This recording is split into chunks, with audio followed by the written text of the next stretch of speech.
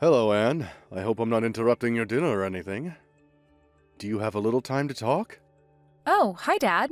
We just finished dinner. Just sitting around watching TV. What's the matter?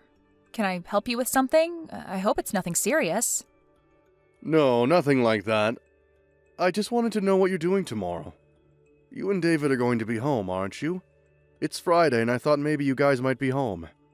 Yeah, David's back for a meeting at the head office on Monday, so he's returned today to spend the weekend together. As you know, he's assigned to the East Coast office until that project gets off the ground, so he wanted to relax at home for a change. He's scheduled back east on Tuesday. I sort of wanted to see my son, too. Would it be a bother if I stopped in tomorrow? I know you want to spend time with him, but just for a little while, perhaps? Do you plan to come alone? I mean, I just want to know because I would need to prepare lunch. Yeah, that's thoughtful of you. Thank you. And you know, David hates it when his mother gets too possessive and starts doting over him. She tends to do that. To be honest, David called me and made me a promise not to tell her that he was returning. Right. We were just talking about that as a matter of fact. He also made me swear not to mention a word about his return. Yes, well, I had to lie to her. I told her I was seeing an old friend who happened to be in town, and that I was driving over to have lunch with him. I sort of feel bad lying to her, but I really have no choice. Actually, I'm really seeing this friend, so it's not if I'm really lying. You know what I mean? Oh, okay. That's way better. I'll talk to David later so we can get our stories straight, just in case. Yeah, thanks. Better to be on the safe side just in case. Okay, so tomorrow I plan to meet up with my friend in the morning, and then I will head over. Is 1 p.m. or so alright with you guys? Yeah, no problem. I'll have lunch ready for you. I bet you're excited to see your son. Yes, certainly am. Okay, Anne. See you tomorrow.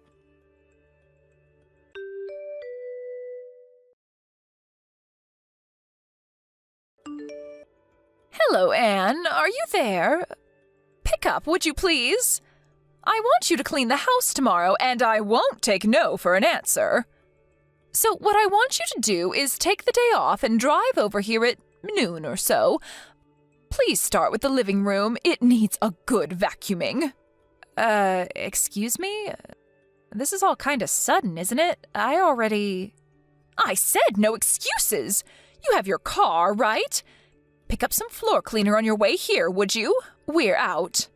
After you're done cleaning, I need you to go out and do some grocery shopping.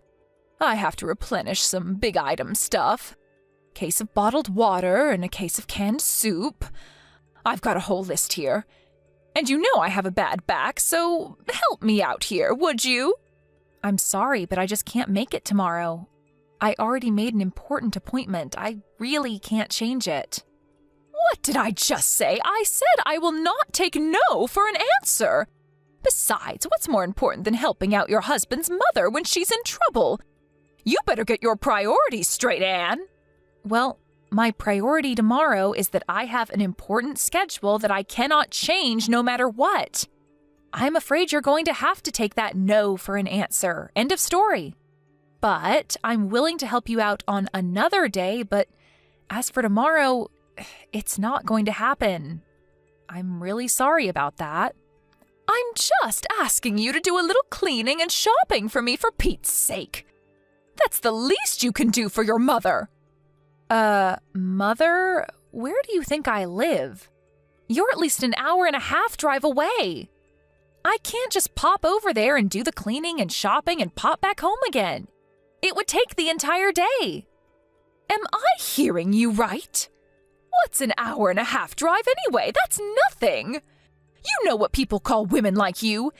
They call people like you foot draggers. A lazy bum is what you are. I just cannot understand why David even married you. How can you act this way towards your mother-in-law? No matter what you say, Mother, I'm not changing my schedule, and that's that. No further discussion required. Goodbye.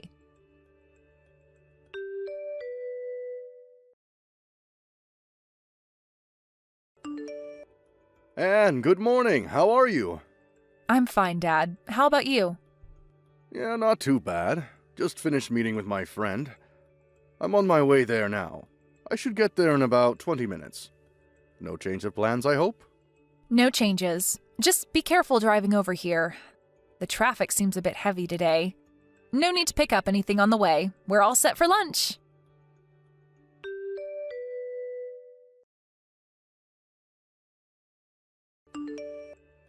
Anne, where the hell are you? I thought you would be cleaning the living room about now. I always knew you were lazy, but I didn't realize you were this much of a good-for-nothing slacker. I waited all morning for you. I never thought you would defy me so blatantly. There are consequences for your insubordinate attitude. You do realize that, I hope. The living room still needs vacuuming, and you still have to pick up all those items at the grocery store. The store's not going to be open all night. I want this done today. This is the job of the daughter-in-law. You must get over here right this minute and get to work. I want you here in 30 minutes. No ifs, ands, or buts about it. You hear me, Anne? There will be consequences if you disobey me. As punishment for defying me and not showing up as I asked, you are going to have to prepare dinner tonight, too. And I'm not talking about slapping a ham and cheese sandwich together. A proper dinner. You got that? Mother, are you finished? You were going on, and I couldn't get a text in edgewise. I thought I told you I wasn't going over there. I have another important appointment that I cannot cancel. I thought you understood. And I thought I told you to give your mother-in-law priority above all others, didn't I? I said my answer was no. And I wanted no further discussion about it. What is so hard to understand about that? You really are one cheeky woman, Anne. And to think that my dear son, my precious David, married you, what was he thinking? You're just a deadbeat wife, you know what, Anne?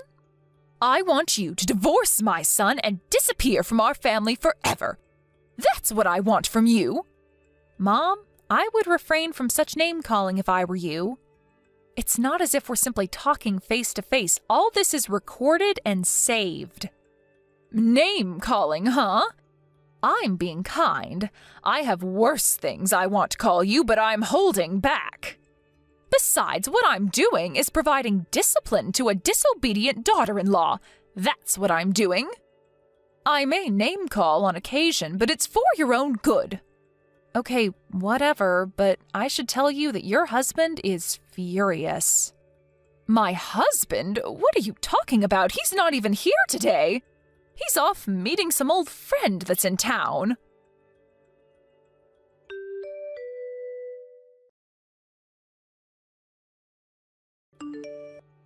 Caroline, what is wrong with... What is this all about, for God's sake?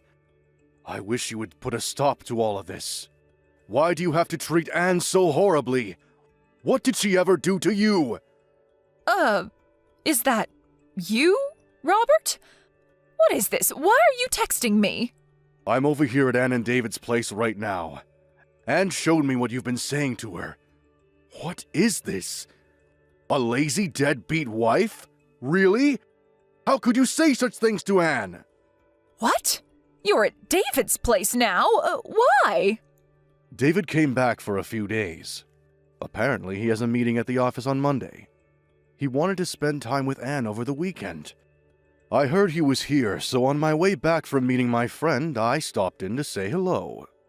Pardon me, David is back? He's home now? Why didn't anybody tell me? What's going on here? This is the first I'm hearing of this. Yeah, of course you haven't. I kept it from you. I didn't want you to know. If only you had told me, I would have gone with you today. How could you not tell me, Robert? If I had known, I could have gone over there and provided Anne with the discipline that she needs to become a better housewife. Why didn't you tell me, Robert? You want to know why I didn't tell you, dear? That's because David asked me not to tell you. Huh? David asked you not to tell me? How can that be? Why would he do a thing like that? You really don't get it, do you, Caroline? Don't you see what you're doing? Get what? What are you talking about? What do I not get, Robert? It's the fact that David is keeping his distance from you. He's avoiding having to deal with you. Keeping his distance? Did he say that? That he wants to avoid dealing with me, but why? I don't believe you, Robert. Why would my dear son want to avoid me, his own mother? I brought him up. I adored and doted on him since he was just a baby. I devoted my life to my son. How could such dedication and love not get through to him? How could he not feel the love I feel toward him? That's exactly what he finds intolerable. That fanatical devotion you have towards him. But is it really love? Isn't it just arrogance? A form of narcissism? I really wish you would wake up and smell the coffee. How dare you say that to me, Robert? How about you? What have you done? Tell me, Robert, as a father, what have you done for David that was so great? Did you shower him with love like I have all these years? As David's father, I think I've done what's necessary. I know that I'm always here for him when he needs me, and I would do anything for him if asked. Pardon me, that's all? That you're there for him? I could say the same. Well, let me give you 2 examples of what I mean. The first example is David introduced me to his best friend, an old classmate of his from college. Excuse me, his best friend? What's that have to do with anything? It has everything to do with it, Caroline. His best friend, Daniel. You know Daniel, right? Wait, Daniel? Are you talking about that Daniel? He's that parentless boy, that orphan, that Daniel? I told him not to associate with him. He is not of our caliber. That's the one. You do remember him, don't you? How could he be David's best friend? You must be mistaken. You know that people like that, kids who grow up without parents, don't amount to much. Well, that Daniel that you so abhor, he's currently the CEO of a major corporation. A corporation that generates over $1 billion a year. No, that can't be. Not that orphan. He graduated from a top university all on his own. Finished at the top of his class right after he graduated. He started his own company and in no time built it to what it is today. When David first met him, he told me that I knew Daniel would go far, that he'd succeed beyond anyone's wildest dreams. And he was right. Unlike you, David has a good eye for people. He knew Daniel would make a name for himself someday. He had no doubt in his mind. That Daniel? That parentless young man? He runs $1 billion company. He's the CEO of this company? Are you serious? And the second example. This concerns Anne, David's wife and your daughter-in-law.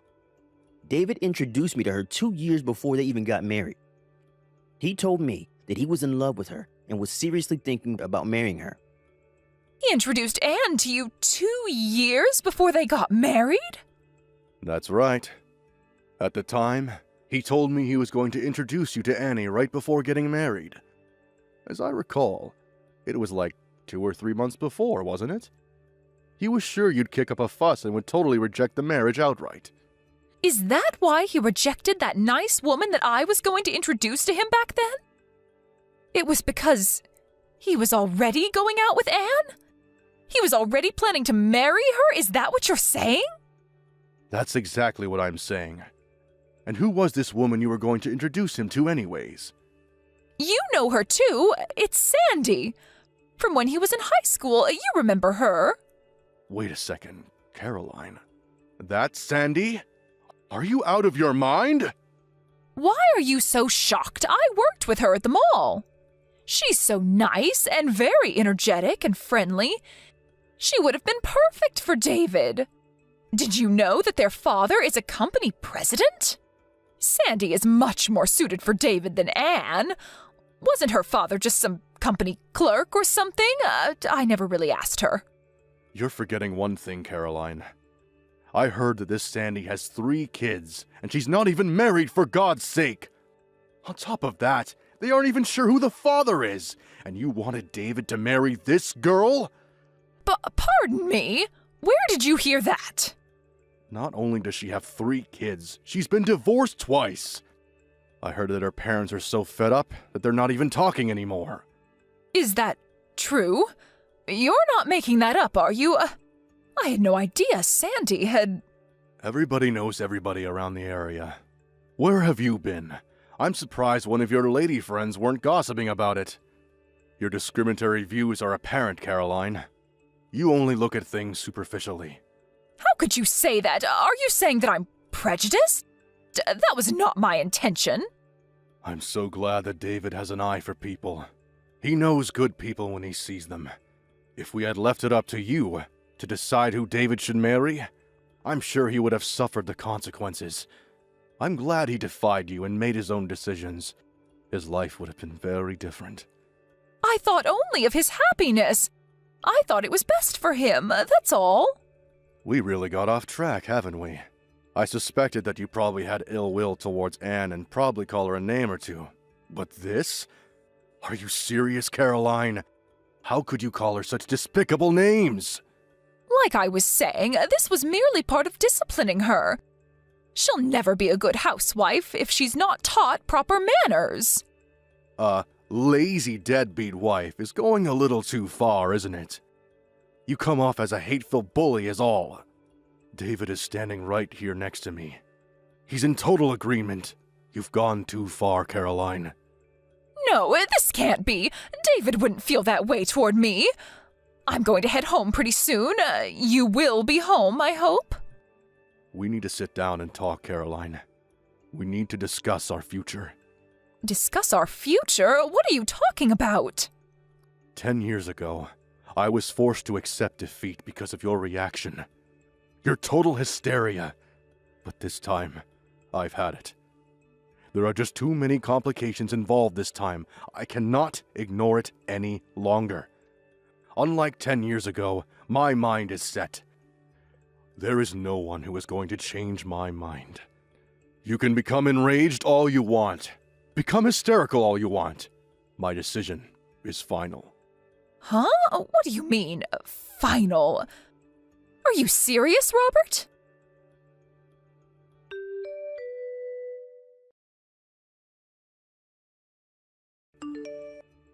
Anne, where are you? Where did you disappear to, for Pete's sake? I want you to reply right this second. This is an emergency. Where have you gone? Oh, hello, Mother. What can I do for you? You seem kinda upset. There's nobody here. Where have you disappeared to? Oh, I see what this is about. So you did go to our house. Robert was right after all. He advised us to move out as soon as possible. I was a little reluctant at first, but he was right after all. I'm glad I took his advice. My husband's advice? What are you talking about? No, Caroline. He's no longer your husband. Shut your mouth! This is all his fault. All Robert's fault. He just could not comprehend the love and consideration that I devoted to David. Unlike my husband, I was always thinking of my precious son. Always. But David will come around one day. I know it. He'll look back and understand all that I did for him. I see you have not come to grips with what you did, have you? After that harsh condemnation that Robert gave you, and you still don't understand? What more do we have to do to make you see? What do you know? You have no right to lecture me. You've only been with David for 3 or 4 years. I brought him into this world and raised him to the man he is. You will never understand the bond, the almost 30 years that I spent with him. It's a never-ending, eternal bond. It was David, your devoted son, that suggested that we move and relocate. More accurately, he made the decision to take me to his current place of employment. He put in a transfer to the position back east. He wants to make it permanent, and the company agreed. You're moving there? To his current office? Seriously? What about your own job? Did you quit? No, of course not. I was permitted to work remote, so I can work from anywhere now. Very convenient, actually. I see. Well, then I will pack some things and be over there by the end of the week. I don't think so, Caroline. The address over here is not the one you were told. That was a company dorm. We found a more permanent place. What? You found a new place already? Where is this new place? I'm sorry, but I'm not permitted to divulge that information. After all, we moved in order to get away from you, so why would we tell you? You're trying to pull David and I apart! All I'm doing is obeying David's requests. As his wife, I have to obey his every command, right? Isn't that what you always told me? I can't believe that. David would never do that. You're hiding it from me. David will tell me, I'm sure of it. Okay, whatever. Think how you like. I really don't care if you believe me or not, to be honest. But if you continue to disregard David's feelings, if you continue to deny reality, I'm afraid you'll never see your son again. Pardon me? Not see my son? Not see my David ever again? There is nothing further for me to say to you, so maybe we can cut it short. What do you say? Goodbye. Wait, Anne, don't cut me off. What do you mean I won't ever see my son again?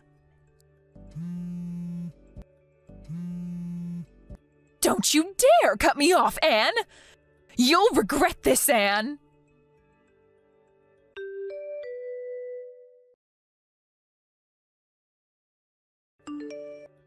No matter what we said, no matter how we tried to explain it to her, she just could not accept the fact that David was sick and tired of her abnormal devotion and love for him. Maybe her love for her son is so strong nothing will convince her otherwise. David tried various ways to make his mother understand his feelings, to no avail. He came to me and his father for advice after countless attempts to reconcile with his mother. She was his mother, after all, and he wanted to settle the matter without breaking up the family. After his parents finally divorced, he sighed with relief, saying to me one night at the dinner table, "It's finally over." He finally seemed at peace with himself. My father-in-law was much the same way, apologizing for making us wait for so long. Maybe if he had had the courage to divorce her 10 years ago, all this might never have transpired. And I would not have endured such anguish. And what happened to Caroline, my former mother-in-law, you ask? I heard this from a friend of mine, and I would take it with a grain of salt. But apparently, she found a young man that looks strikingly like David. I heard she used up all the money she received from her divorce and used it all on this guy. Last I heard, she was deep in debt. She completely disregarded warnings from her friends and neighbors and couldn't stop sinking money into this guy. She's always had a bullheadedness about her. Once she latches onto something, she won't let it go. Maybe that's why she ended up losing everything she cared for. But will I reach out to help her? I'm sorry, but no thanks. I don't think she would even accept my help. Thank you for watching. Please subscribe and hit the like button. See you next time.